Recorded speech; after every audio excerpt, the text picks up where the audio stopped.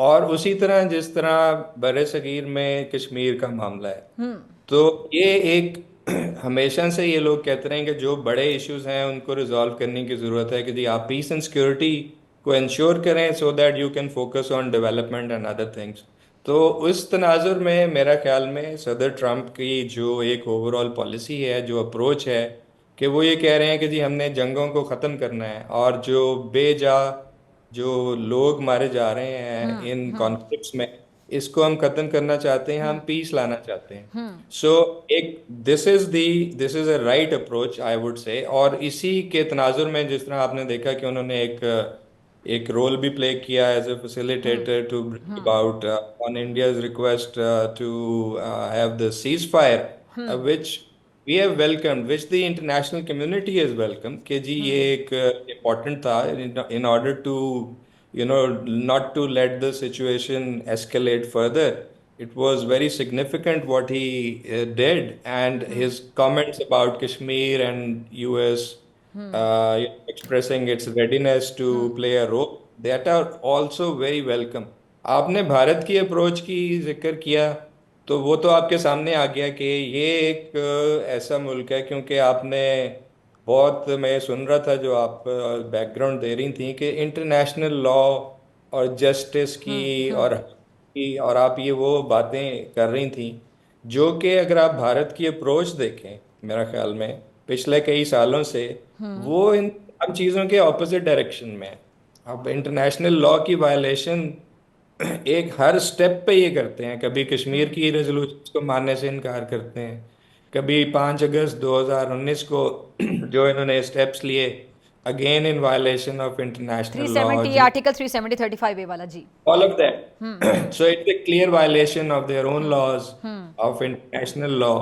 اور اس سے آگے آپ آئیں تو ابھی جو ریسنٹ دوبارہ ایک انسیڈنٹ ہوتا ہے، اور اس کو جس طرح انہوں نے ایکسپلائٹ کیا کہ انڈس ٹریٹی کو آپ کہہ رہے ہیں کہ جی ہم سسپینڈ کر دیتے ہیں against violation of international law and the treaty it self. اب جو ان کی اپروچ ہے وہ تو ابھی سامنے آ رہی ہے کہ ایک طرف تو ماننے سے ہی انکاری ہیں کہ جی امریکہ نے کوئی اور رول سر بھی وار پلے، اسٹریٹجی، سوری میں آپ کو انٹرپٹ کری، وار اسٹریٹجیز بھی ان کو نہیں پتا، اس سے بھی لا علم ہے، ان کو بالکل نہیں پتا، بے خبر ہیں اس میں بھی۔ آپ دیکھ لیں کہ جی آپ شہری آبادی کو کبھی نقصان نہیں پہنچاتے، وار کے بھی کچھ اصول ہوتے ہیں، لیکن ظاہری بات ہے جو لوگ بے اصول ہوں گے ان کے لیے تو کوئی اصول میٹر کریں گے ہی نہیں۔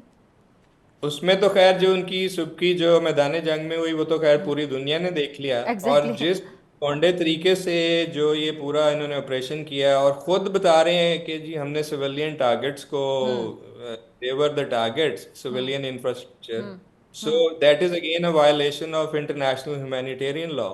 سو یہ میں بتانا چاہ رہا تھا کہ ہر سٹیج پہ یہ انٹرنیشنل لا کی وائلیشن کرتے ہیں، یہ ان کا ایک بیہیویئر ہے وچ از اسٹیبلشڈ۔ اور جہاں تک پھر یہ ایک بات چیت کا تعلق ہے اور کشمیر کا اور ایک سالسی کا، تو اس میں آپ نے وہ دیکھ لیا کہ آلریڈی دے آر سیئنگ کہ جی ہم تو یہ ماننے کو تیار نہیں ہے کہ جی بات چیت ہوگی اور امریکہ کا رول یا کسی اور کا رول، یہ کوئی نئی بات نہیں ہے، یہ ان کی ہمیشہ سے یہ ایک پالیسی رہی ہے۔ ایک طرف دوسرے لوگوں کو، دوسرے ملکوں کو یہ بتاتے ہیں کہ جی آپ بیچ میں نہ آئیں، ہم پاکستان سے بائی لیٹرل بات چیت کریں گے ان معاملات پر، اور بائی لیٹرل جو ڈائلاگ ہے اس کو سالہ سال سے خود ہی سسپینڈ کیے رکھا ہے۔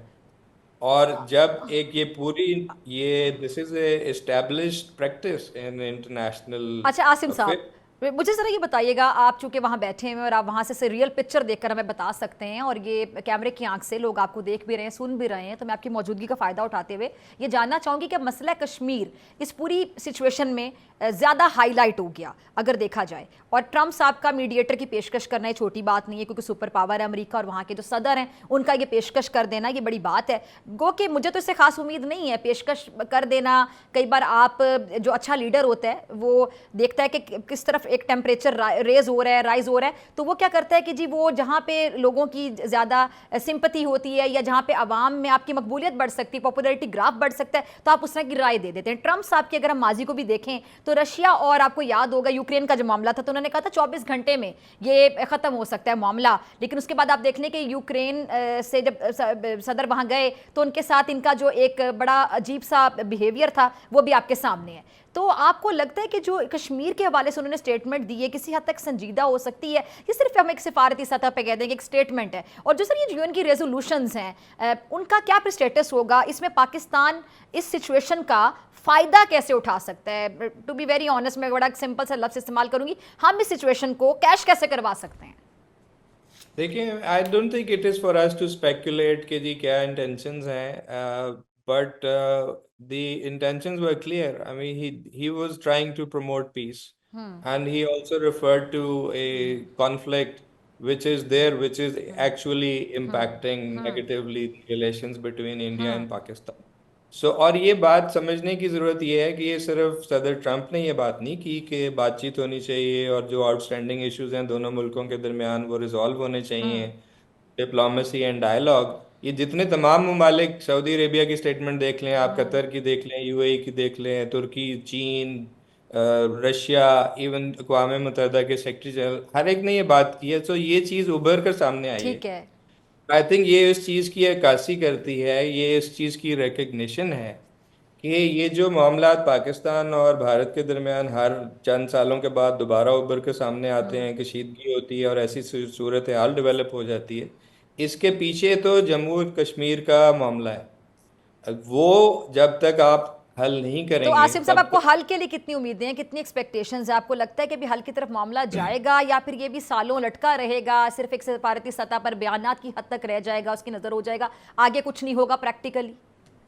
دیکھیں ہماری تو پاکستان کی پوزیشن تو بالکل کلیئر ہے اور سالہ سال سے کلیئر ہے، اور یہ because there are two parties here, the ball is on India's court clearly. International community is seeing that this needs to be done. Now if they want to continue to be in defiance, it's their choice, because on ground the situation is not with them. اور کشمیریز جو ہیں وہ totally alienated ہیں اس وقت اور مزید alienate ہوتے جائیں گے ٹھیک ہے. جیسے ٹائم گزر رہا ہے.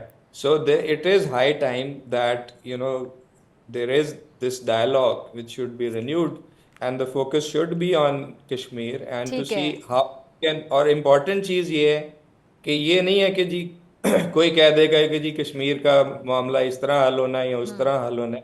ہمارے پاس فریم ورک موجود ہے اور وہ یو این سیکورٹی کونسل کی ریزولوشن پرووائڈ کرتی ہیں. اس فریم ورک کے اندر ہم نے دیکھنا ہے کہ آپ کس طرح اس ریزولوشن کی طرف جاتے ہیں. اچھا سر، یہ ٹرمپ صاحب کا جو مشرق وسطیٰ میں جو بڑھتی ہوئی دلچسپی ہے، انٹرسٹ ہے، اس پہ بڑی بات ہو رہی ہے، اس پہ بڑے اندازے لگائے جا رہے ہیں کہ اس کے محرکات یہ ہو سکتے ہیں یا یہ وجوہات ہو سکتی ہیں. اس میں بہت سے لوگوں کی رائے یہ بھی ہے کہ جس طرح مشرق وسطیٰ میں امریکہ کا بڑھتا ہوا جو کردار ہے، انٹرسٹ ہے، وہ شاید چائنا اور رشیا کے رول کو بھی محدود کرنے کے مترادف ہو سکتا ہے. آپ اس چیز کو کیسے انالائز کریں گے، کیسے دیکھتے ہیں؟ Obviously یہ چین اور روس کا آپ نے ذکر کیا، they would also be watching all of these developments very closely.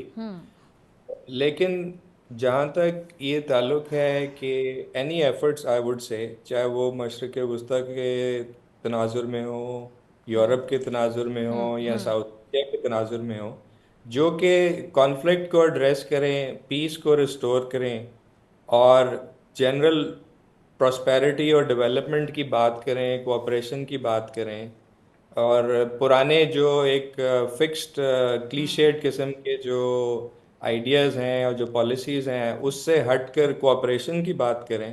So I think on the whole the international community would be welcoming. But important point which you were saying in the beginning is that all of this needs to be done in full compliance and respect of international law and legitimacy. آپ یہ نہیں کر سکتے کہ آپ وہ جو international law اور جو یونائٹڈ نیشنز کی ریزولوشنز اباؤٹ کشمیر اور اباؤٹ پیلسٹائن آپ اس کو سائڈ پہ رکھ دیں اور آپ کہیں کہ جی ہم کوئی نئی چیز کرنے جا رہے ہیں. So the respect for international law and the respect for sovereignty and territorial integrity of countries, peaceful resolution of disputes, non-aggression, non-use of force, these are very important concepts in whole of this. ٹھیک ہے سر، last میں جاننا چاہوں گی کہ جس طرح بھارت بڑے عرصے سے بڑی سوچی سمجھی سازش کے تحت، پلاننگ کے تحت پاکستان کو ایک ٹیررسٹ اسٹیٹ یا دہشت گرد ریاست ثابت کرنے میں تلا رہا، اور اس طرح کی قسم کے فالس فلیگ آپریشن جس کا بہت بڑا ثبوت ہے، اب چونکہ پوری دنیا میں بڑا ایکسپوز ہو گیا، سب نے دیکھ لیا کہ کس طرح فالس فلیگ آپریشن کیا گیا. ویسے تو ان کا میڈیا گودی میڈیا ہے، بی جے پی کی گورنمنٹ سے سوال مشکل سے پوچھتا ہے، لیکن اب ان کے اندر بھی جو آزاد آوازیں ہیں انہوں نے بھی کھل کر آواز اٹھائی، انہوں نے سوال اٹھایا کہ یہ کیسے ہو سکتا ہے، یہ فالس فلیگ آپریشن تھا. اس کے بعد جس طرح انہوں نے جھوٹی خبریں، فیک پروپیگنڈا کیا کہ جی ان کے مطابق تو ہم سب پتہ نہیں 2-3 دفعہ مرنے کے بعد زندہ ہو گئے، اور انہوں نے کبھی کون سا شہر اڑا دیا، کبھی کیا اڑا دیا. تو وہ کھل کر جو ان کا کردار سامنے آ گیا، اس پر اب ماضی کے بھی بہت سے سوالات اٹھ رہے کہ کارگل وار میں بھی ان کا میڈیا کو پتہ ہے کہ جب کارگل وار ہوئی تھی تو وہاں پہ ان کے پرائیویٹ چینلز تھے، تب بھی انہوں نے اسی قسم کی بیہودہ اور غلط رپورٹنگ کی تھی. تو سر اس سے انٹرنیشنلی جو بھارت کا ایک کردار ہے کس حد تک ایکسپوز ہوا؟ کیونکہ ہم تو دنیا کو بارہا بتا رہے ہیں، کافی عرصے سے بتا رہے ہیں، ہمارا میڈیا بھی بتا رہا ہے، لیکن اس بار ہم نے دیکھا ہے کہ انٹرنیشنل جو میڈیا ہے، عالمی جو جتنے بھی جریدے ہیں، انہوں نے بھی بھارت کے اس کردار کو سمجھا ہے جو پاکستان سمجھانے کی کوشش کر رہا ہے عرصہ دراز سے.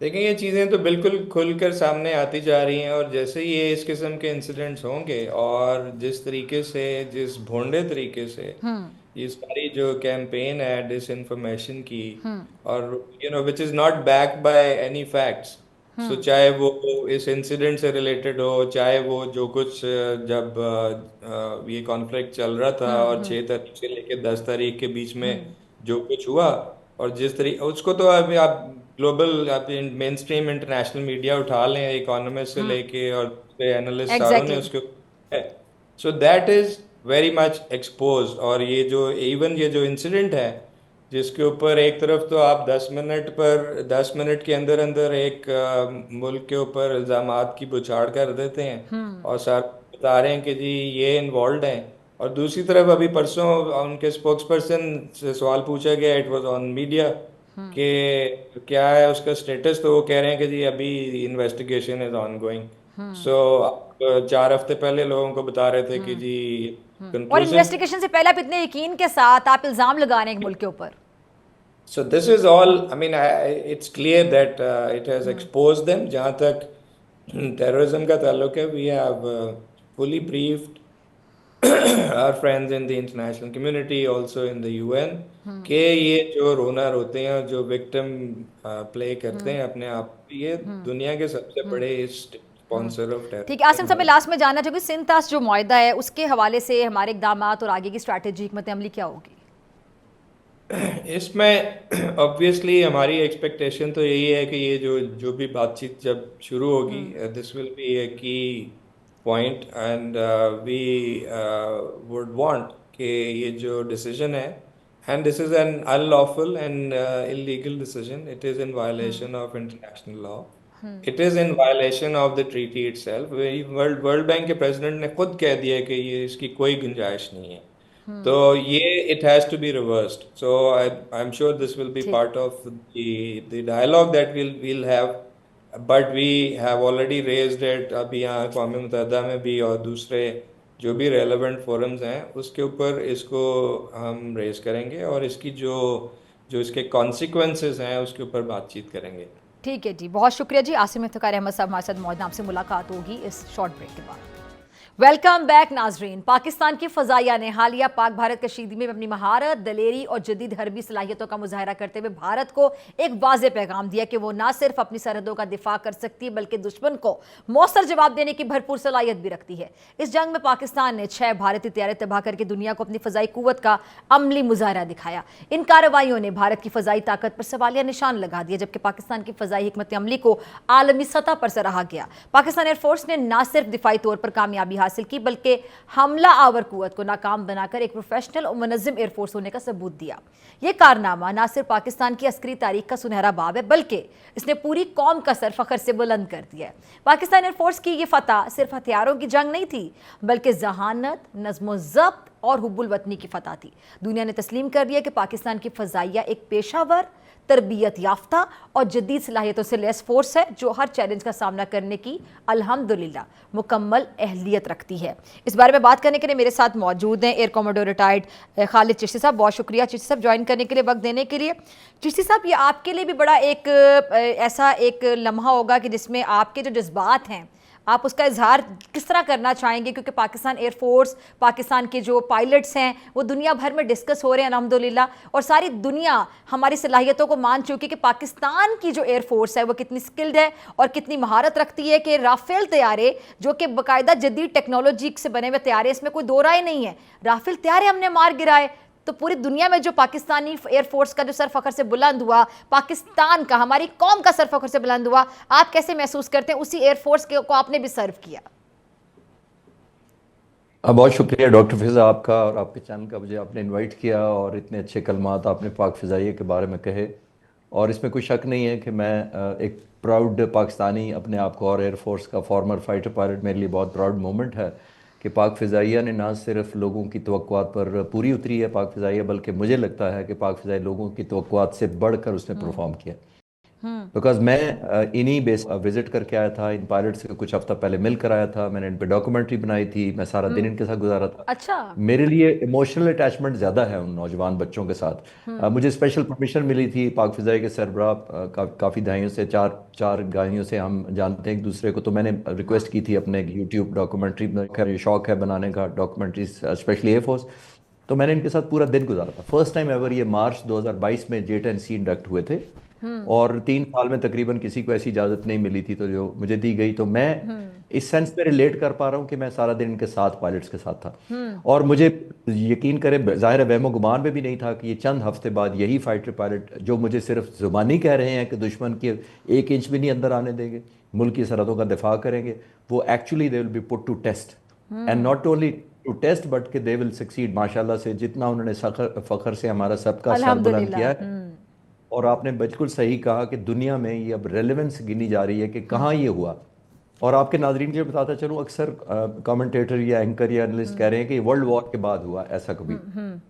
ورلڈ وار کے میں جہاز دن کو اڑا کرتے تھے اور پیرنگ میں یا 4-4 6-6 اڑا کرتے تے. ایک وقت میں ضرور ہوا میں ہوتے تھے 100 جہاز ہو سکتے تھے، لیکن وہ آپس میں 100 کے 100 نہیں لڑ رہے ہوتے تھے ایک بات، اور وہ دن کو لڑ رہے ہوتے تھے. ان شاہینوں نے رات کو 12:15 12:30 یہ کامبیٹ کیا ہے، اور بیانڈ ویژول رینج میزائل کے ساتھ کیا ہے، ایسے میزائلوں کے ساتھ کیا ہے جو آپ کو نظر نہیں آتے جب ہٹ کرتے ہیں. تو ان کی جو کریج ہے، جو بریوری ہے، نو ڈاؤٹ انپریسیڈنٹڈ ہے. جی اچھا سر، یہ جو انڈین ایئر فورس ہے، کیا آپ کو سمجھ آتی ہے؟ اب یہ تو ہماری بہت بڑی اچیومنٹ ہے جو ابھی ہوا، اس سے پہلے بھی ابھی نندن والا جو واقعہ وہ بھی آپ کو یاد ہوگا.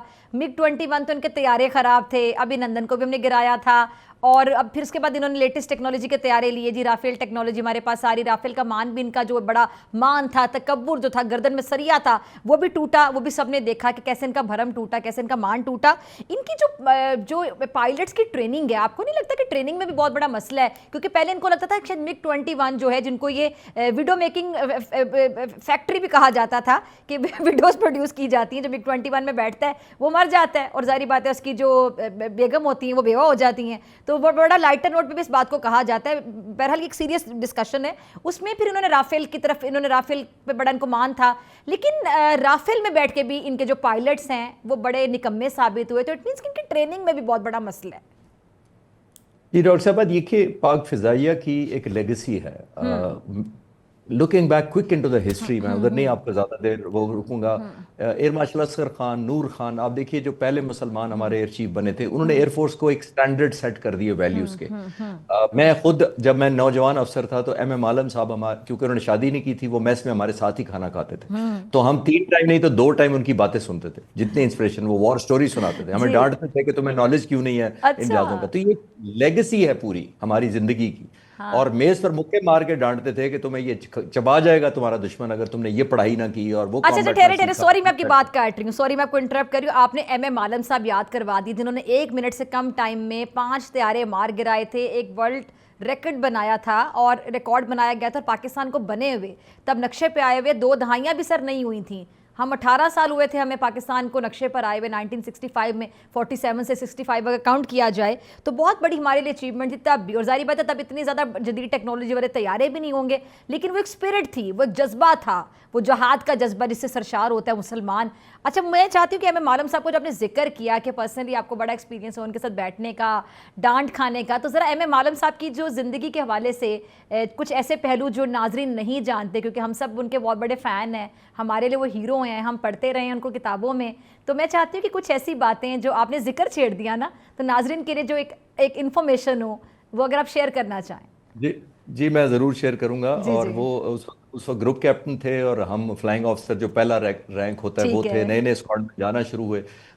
تھوڑا سا وہ کیونکہ ظاہر ہے سینئر زیادہ تھے تو وہ تھوڑے دور, ہمارا ایک اور بلاک تھا تھوڑا بہتر والا, اس میں رہتے تھے. اور ڈائننگ ہال انگریزوں کے زمانے کا ڈائننگ ہال تھا جس کی فرش بھی ووڈن تھے اور جس کی ٹیبلز بھی اچھا. ووڈن تھی اس زمانے کی. اور اب ہمیں آج بھی مجھے وہ بڑا کلیئر کٹ یاد ہے کہ وہ 3 ٹائم نہیں تو 2 ٹائم ہمیں ایم ایم عالم صاحب میس میں ملتے تھے. اچھا. ہم جب کھانا کھانے جاتے تھے تو آپ اندازہ لگائیے ڈاکٹر صاحبہ کہ پیچھے بیٹھے ہوتے تھے نا ایم ایم عالم صاحب, اگر آپ کا چہرہ اس طرف ہے جیسے میں آپ کی طرف دیکھ رہا ہوں تو مجھے پتہ چل جاتا تھا ایم ایم عالم صاحب پیچھے آ کے بیٹھ گئے. اب آپ سوال کریں گے کہ آپ کو کیسے پتہ چلتا تھا. Exactly I was about to ask that question. وہ اتنا زور سے جذباتی ہو کہ پچھلے جو بھی کوئی ان کے ساتھ بیٹھا ہوتا تھا اس کو ایموشنلی پوچھتے تھے اور یہ یقین کرے ڈانٹتے تھے کہ تم نے اس فلاں جہاز جو ہنٹر ہے انڈیا کا, اس کی ٹرن ریٹ کتنا ہے, اس کا کلائم ریٹ کتنا ہے, وہ یہ کیا کرتا ہے. اور تھوڑی دیر بعد وہ مکے میز پر مارتے تھے دشمن کے بتا. وہ کہہ رہے تھے کہ مکہ اتنا زور کا ہوتا تھا کہ یو کین امیجن کہ ووڈن کے ٹیبل ہیں, ووڈن ہی فلور ہے. وہ انگریزوں کے زمانے والا ووڈن فلور تھا تو وہ اصلی والی ووڈن لکڑی تھی, آج کل والا ووڈن نہیں.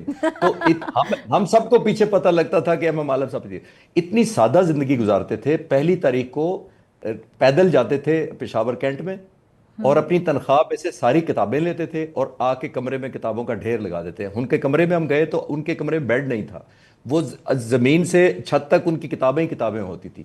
اور ہم ان سے مذاق کرتے تھے, وہ کچھ نہیں مطلب ایک قسم کا سوائے پڑھائی کے نالج حاصل کرنے کے, اسی لیے وہ ہمیں ڈانٹتے تھے. اور آج ہم جو کچھ ہیں شاید ان کی بھی ڈانٹ کا کنٹریبیوشن ضرور ہے ہماری زندگیوں میں. تو واٹ اے لیجنڈ آبویسلی, اور بہت سارے لیجنڈ ہیں جن کی بات میں ایک کا کر کے ناانصافی باقیوں کے ساتھ نہیں کرنا چاہتا. خالد چشتی صاحب میرے ساتھ موجود ہیں, بڑی انٹرسٹنگ گفتگو کر رہے ہیں. آپ سے ملاقات ہوگی بریک کے بعد. بریک کے بعد خوش آمدید ایئر کوموڈور ریٹائرڈ خالد چشتی صاحب میرے ساتھ موجود ہیں. سر بہت شکریہ جوائن کرنے کے لیے, وقت دینے کے لیے. میں تو آپ کی گفتگو میں محو ہو گئی ہوں, دیکھنے والے ناظرین بھی یقینی طور پہ سن رہے ہوں گے اور چینل نہیں چینج کر پا رہے ہوں گے. چشتی صاحب مجھے یہ بتائیے گا کہ ایم ایم عالم صاحب نے جب وہ ان کی زندگی کے کارنامہ اچیومنٹ پوری قوم کا سرج فخر سے بلند کیا, دشمن کے طیارے جو کہ انہوں نے منٹوں میں مار گرائے 5 طیارے, وہ جب واقعہ آپ لوگوں کے ساتھ شیئر کرتے تھے کیا جذبہ تھا ان کا؟ اور جب انہوں نے ایک طیارہ مار گرایا, دوسرا, تیسرا, چوتھا, 5واں, وہ میں جاننا چاہوں گی کہ جب وہ شیئر کرتے تھے آپ لوگوں کے ساتھ 1 on 1 بیٹھ کر تو کس طرح بتاتے تھے کہ ان کے جو جذبات تھے اس ٹائم پہ جہاز میں بیٹھے ہوئے جب وہ طیارے مار گرا رہے تھے دشمن کے, تو کیا جذبات تھے؟ میں آپ کو مختصر کر کے ایئر مارشل نور خان کی ایک بات بتا دیتا ہوں, اس سے آپ کو جذبے کا اندازہ ہو جائے گا. ایئر مارشل نور خان ایئر فورس کے چیف تھے 1965 کی وار میں, اور جب جنگ ختم ہو گئی اور بہت اچھے نوٹ پہ یہی فاتحانہ ماحول تھا اس وقت بھی, ایک بی بی سی کا کورسپونڈنٹ آیا اور اس نے ایئر مارشل نور خان سے کہا انگریزی میں کہ آپ کو جنگ میں کوئی مشکل پیش آئی؟ تو ایئر مارشل نور خان نے کہا کہ میری مشکل یہ نہیں تھی کہ ان پائلٹس کو جنگ میں دھکیلوں کیسے, میری مشکل یہ تھی کہ ان کو جنگ میں جانے سے روکوں کیسے. واہ کیا بات ہے. یہ میں نے صرف ایک جملہ آپ کو بتایا کہ یہ جذبہ یہ اگر پائلٹس کا ہے کہ روکوں کیسے. اور میں نے ابھی اپنی ڈاکومنٹری جو بنائی تھی JET&C میں بنا کر آیا تھا, میں نے ابھی 1 ہفتہ پہلے بھی اپلوڈ کیا, اور میں نے یہ کہا کہ یہ present chief air chief marshal Zaheer Ahmed Bahadur Sidhu بھی اسی ڈائلیما میں ہوں گے. میری بعد میں ان سے بات ہوئی ہے وار کے دنوں میں, تو آپ واقعی وہ مجھے کہتے تھے کہ مجھے سمجھ نہیں آ رہی کہ کس کو میں روکوں, بیکاز ہر کہتا ہے کہ مجھے پہلے جانے دے, یہ والا مشن میں اڑوں گا. تو ان کو واقعی روکنا مشکل آ رہا تھا. میں نے آپ کو پوائنٹ یہ گزارش کرنے کی کوشش کر رہا ہوں کہ یہ لیگسی ہے ایک ٹریڈیشنز کی, ایک بہادری ہے. یہ راتوں رات نہیں ہو جاتا کہ انڈیا کل سے کہے کہ موٹیویٹڈ ہو جاؤ تو وہ موٹیویٹڈ ہو جائیں گے. اگر ہندوستان کا ایئر چیف بلا لے سب کو کہ یار تم بیٹر ٹرینڈ ہو جاؤ تو بیٹر ٹرینڈ ہو جائیں گے. یہ ایک لیگسی ہے, ایک مان ہے ہمارے اوپر, اور ظاہر ہے جو نوجوان آج ہیں وہ شاید ہمارے مان کی وجہ سے وہ ایسا پرفارم کرتے ہوں گے. تو یہ کنٹینیویشن ہے. اٹ ڈز ناٹ ہیپن کہ آپ نے رات کو سوئے اور اگلے دن آپ بیٹر ٹرینڈ بھی ہو جائیں گے, بیٹر موٹیویٹڈ بھی ہو جائیں گے, بیٹر کوالیفائڈ. بٹ آپ نے اہم پوائنٹ ریز کیا. اچھا چشتی صاحب یہ ذرا بتائیے گا کہ آپ نے بھی ڈاکومنٹری کا ذکر کیا کہ کچھ دن پہلے آپ نے یہ JET&C پہ ڈاکومنٹری بنائی, تو میں اگر کمپیریزن سننا چاہوں, آپ ذرا بہتر طریقے سے بتا سکتے ہیں. آپ کا ہوم ورک بھی ہے, آپ ایئر فورس سے ریٹائرڈ پائلٹ بھی ہیں, اور آپ نے اس پہ جو ڈاکومنٹری بنائی پورا ہوم ورک کیا. یہ جو چائنیز ٹیکنالوجی کا کمپیریزن اب کیا جا رہا ہے رافیل کے ساتھ, تو اب تو دنیا کہہ رہی کہ شاید چائنیز ٹیکنالوجی بہتر ہے, رافیل سے بہتر, اور ڈیفینیٹلی مطلب چائنا کی ٹیکنالوجی نے رافیل کو مار گرایا. رافیل کے شیئرز ڈاؤن ہو گئے, چائنیز جو مارکیٹ تھی اس کے شیئرز اپ ہو گئے. تو یہ ٹیکنالوجی کا اگر آپ کمپیریزن آسان الفاظ میں ناظرین کو سمجھانا چاہیں, پھر دوسرا اب آگے جو ہے وہ 5th جنریشن کی طرف جانے کی کوشش کر رہے ہیں. یہ انڈیا کی طرف سے بھی یہ آیا نا کہ 2035 تک وہ بھی 5th جنریشن کے جہازوں کی طرف چلے جائیں گے. تو پھر اپنے پائلٹس کی ٹریننگ کا بھی میرے خیال سے ان کو بندوبست کرنا چاہیے, پھر ہمارے پائلٹ سے ٹریننگ لے لیں وہ. یہ ڈاکٹر فضا آپ نے جو چھیڑا تھا نا کہ 2019 میں جو ابھی نندن کا جہاز مارا تھا, تو آپ نوٹ کریں کہ انڈین پرائم منسٹر نے ایک وش لسٹ اپنی پیش کی تھی, ٹاپ پر ظاہر ہے رافیل تھا کہ اگر ہمارے پاس رافیل ہوتے تو وہ رافیل بھی آ گئے. اب رافیل آپ کہیں گے کہ اگر کچھ اگر 5th جنریشن والا آ جائے تو, اب اگر شکر ہے انہوں نے یہ نہیں کہا کہ اگر ہمارے پاس پاکستانی پائلٹ بھی ہوتے تو اب سر یہ دل فرق میں رہ گیا کہتے ہوں گے ویسے, دل ہی دل میں کہتے ہوں گے ویسے کہتے ہوں گے. تو وہ آپ نوٹ کریں رافیل آگے. اب میں جو آپ نے کہا کہ سمپل طریقے سے ایکسپلین کریں, رافیل کی کیوں خواہش کی تھی انڈین پرائم منسٹر نے. ہمارے پاس F-16 تھے اس وقت اور آج بھی ہیں, ان کا جو میزائل ہے اس کی رینج جو رافیل کے میزائل کی اور ریڈار کی رینج ہے اس سے آدھی سے بھی کم تھی. یعنی ان کو بہت بڑا ایڈوانٹیج ہو گیا تھا. ان کا جہاز اور ان کا جو میزائل ہے پاکستانی یا کسی بھی دشمن کو 150 کلومیٹر تک فائر کر کے گرا سکتا تھا دوسرے جہاز کو. تو یہ ہمارے بہت بڑا ایڈوانٹیج تھا. پاک فضائیہ کی جو پریزنٹ لیڈرشپ ہے انہوں نے کوئک اپنی ویژنری اپلیکیشن لگائی اور ہم نے فوری طور پر مارچ 22 میں J-10C جہاز انڈکٹ کیے ریکارڈ مدت, کیونکہ پاکستان پہلا ملک تھا جس کو چائنا نے جہاز دیے تھے. یہ ہم نے ڈے نائٹ آپریشن اور آج چائنا بھی اپنے فیصلے پہ کتنا خوش ہے نا, خوش ہے. لیکن میں آپ کو ایک اور لائٹر نوٹ میں بتاتا ہوں, آپ کیونکہ لائٹ باتیں کریے تو میں آپ کو لائٹر نوٹ پہ سنا دیتا ہوں چائنیز کی مارکیٹ کے سینس میں. جب میں نے وہ ویڈیو اپلوڈ کی ان سے سارا دن ملاقات کر کے, تو جو کامنٹ میرے بارڈر پار دوستوں کا آیا تو یہی تھا چند ہفتے پہلے. کامنٹ کیا آیا, انہوں نے کہا ہمارے پاس رافیل ہے, تم J-10 کی تعریفیں کر رہے ہو, ہمارے پاس ویسٹ کا سب سے اچھا جہاز فرانس کا نمبر 1 یہ ہے, تم چائنیز جہاز لیے چائنیز ہی میزائل لیے پھرتے ہو, تو تم سمجھتے ہو رافیل سے مقابلہ کرو گے. یہ آج بھی میرے اس پہ یوٹیوب چینل پہ موجود ہیں یہ ایسے کامنٹس. تو میں بڑا شکر کیا جب ان بچوں نے, نوجوانوں نے لیو اپ کیا, انہی J-10C سے آپ نے پوری دنیا میں دیکھا. اور بائی دا وے ایک اور لائٹر نوٹ پہ آپ کے ویورز کو بتاتا چلوں کہ رافیل 2001 سے سروس میں ہے, آلموسٹ 24 سال سے سروس میں ہے. یہ فرینچ نیوی میں سب سے پہلے انڈکٹ ہوا تھا. آج اس کے مختلف ملک اس کو اڑا رہے ہیں, جس کے اندر UAE بھی شامل ہے, قطر بھی شامل ہے, انڈیا بھی شامل ہے. اور یہ مالی میں, لیبیا میں, سیریا میں کانفلکٹ میں استعمال بھی ہوا ہے جیسے کامبیٹ میں ہوتا ہے. جی جی کبھی شوٹ نہیں ہوا پچھلے 24 سالوں میں. تو اس کی قسمت میں لکھا تھا تو پاک فضائیہ کے پائلٹوں کے ہاتھوں لکھا تھا. اور واقعی آپ J-10C دیکھیں, اب اتنی ڈیمانڈ ہو جائے گی. پاکستان J-10C 3.25 سال سے اڑا رہا ہے, کسی اور ملک نے آرڈر نہیں کیا ابھی تک, کیا تھا.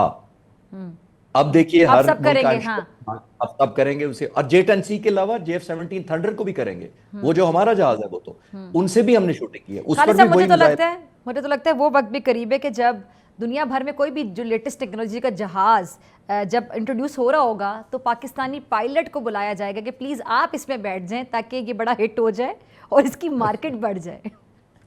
ہمیں گفٹ کرنا شروع کر دیں کہ مجھے لگتا ہے اچھا وداؤٹ اینی ڈاؤٹ یہ لائٹر نوٹ پہ نہیں, میں سیریس نوٹ پہ بات کر رہی ہوں. ان کے لیے بھی بڑے فخر کی بات ہوگی کہ پاکستانی ایئر فورس نے ماشاءاللہ اپنا لوہا منوایا.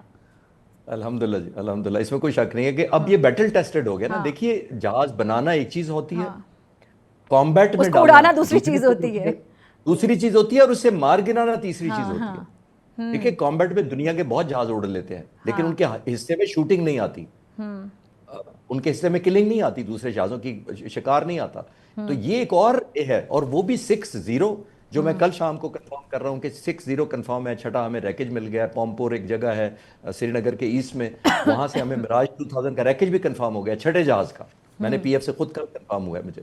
تو اب تو 6 کنفرم ہے, پلس انمینڈ ڈرون بھی ایک جو ہے ان کا وہ بھی ڈیو ہے, تو اٹ از 6+1 ناؤ. اب انڈیا کو یہی تو میں کہہ رہا ہوں کہ ہمارے پاس سگنلز بھی ہیں.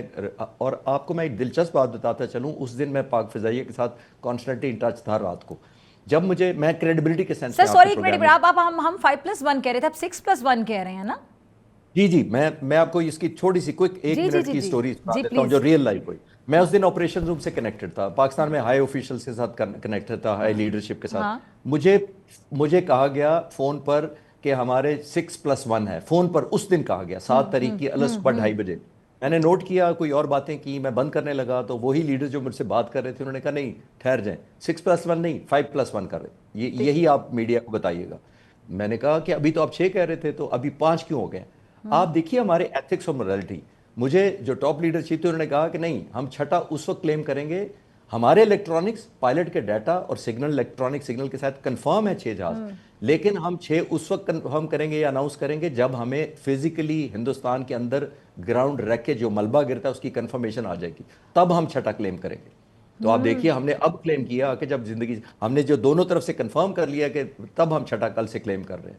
ویسے نہیں ہم نے کلیم کیا. یہ ہماری morality ہے اور ویلیوز ہیں کہ ہم ایسے نہیں کہیں گے کہ جی ہم نے 6 مارے اور بعد میں کہ نہیں سوری 5 مارے. انہوں نے میرے سے 6 سے 5 کروا دیے اور میں اتنے دن 5 کہہ رہا ہوں اور مجھے پتا تھا. اور میں نے ٹی وی چینل پر اس وقت میں رات کو 2:30 بجے کسی نے مجھے لائیو لیا تھا تو میں نے کہا جی میری دعا ہے اور میرا یقین ہے کہ 6 کیونکہ مجھے یعنی ہمیں 6 کا پہلے سے پتا تھا، لیکن ہماری ایک یہ ایتھکس تھی کہ ہم مورلی ہم اس کو جب تک ہمیں کنفرم نہیں ہوا تب تک ہم نے اس کو کلیم نہیں کیا. یہ چیز تو سر یہ چیز تو انڈیا کو ہم سے سیکھنی چاہیے. اور وہ کتنا جھوٹا پروپیگنڈا فیک نیوز پھیلاتے گئے. ان میں بھی تو سمجھ بوجھ رکھنے والے کوئی 2-3% لوگ ہیں، انہوں نے بھی سوال اٹھانا شروع کر دیا کہ آپ لوگ کیا کرتے رہے. جی میں نے کہا نا کہ اس دن مجھے پائلٹس نے بریف کیا تھا کہ جب کوئی میزائل لگتا ہے تو یہ ہمارے پاس کاکپٹ انڈیکیٹر آتی ہے، یہ ریکارڈنگ میں آ جاتا ہے، ڈیٹا ہمارا آ جاتا ہے. تو جب انہوں نے مجھے کہا کہ پائلٹس نے یہ ڈیٹا کنفرم کیا 6 لیکن ملبہ کنفرم نہیں ہے، تو یقین کرے مجھے 99 نہیں، مجھے 99.9 تھا. زبردست. It is a matter of time, یہ آئے گا کنفرمیشن. اور الحمدللہ 6 دن آ گیا. بٹ میں یہ سمجھ رہا تھا میں جن پائلٹ سے مل کے آیا تھا وہ غلط بیانی نہیں کرتے. اور دیکھ لیں پیکج ملا ہے تو ہم نے کنفرم کیا. بہت شکریہ خالد صاحب، کیسے وقت گزرا، آپ نے اتنی انٹرسٹنگ گفتگو کی اور بہت شکریہ جی آپ نے ہمارے پروگرام کو وقت دیا. اور ناظرین اسی کے ساتھ مجھے دیجیے اجازت، آپ سے ملاقات ہوگی انشاءاللہ کل سیم ٹائم سیم چینل. اگر زندگی نے وفا کی دعاؤں میں یاد رکھے گا، اپنے پیاروں کا بہت خیال رکھیے گا. اللہ نگہبان. پاکستان زندہ باد.